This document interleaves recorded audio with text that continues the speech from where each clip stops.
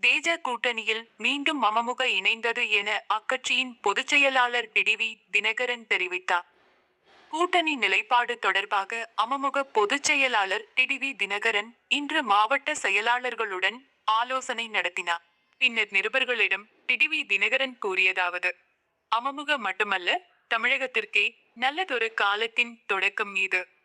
மக்கள் விரும்பும் நல்லாட்சியை உருவாக்குவதற்கான முயற்சிக்கு நாங்களும் உறுதுணையாக இருப்பதற்காக எங்களது ஆதரவை தெரிவிக்க புறப்பட்டு செல்கிறோம். விட்டுக் கொடுத்தவர்கள் கெட்டுப் போவதில்லை. அதிமுகவுடன் எங்களுக்கு இருப்பது பங்காளி சண்டைதான். இன்னா செய்தாரை ஒருத்தல் அவர் நான நன்னயம் செய்துவிடல் என்று சொல்லி ஏற்கனவே நாங்கள் பொதுக்கூட்டத்தில் சொன்னேன். நாம் பழையதை நினைத்துக் கொண்டு கட்சி நலனையும் தமிழகத்தின் நலனையும் பின்னுக்கு தள்ளக்கூடாது.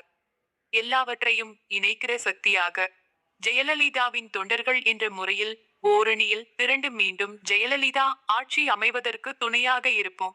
மக்கள் ஆட்சி மீண்டும் வருவதற்கு, நல்லாட்சி வருவதற்கு உறுதுணையாக இருப்போம் என்பதுதான் எங்களது நிலைப்பாடு.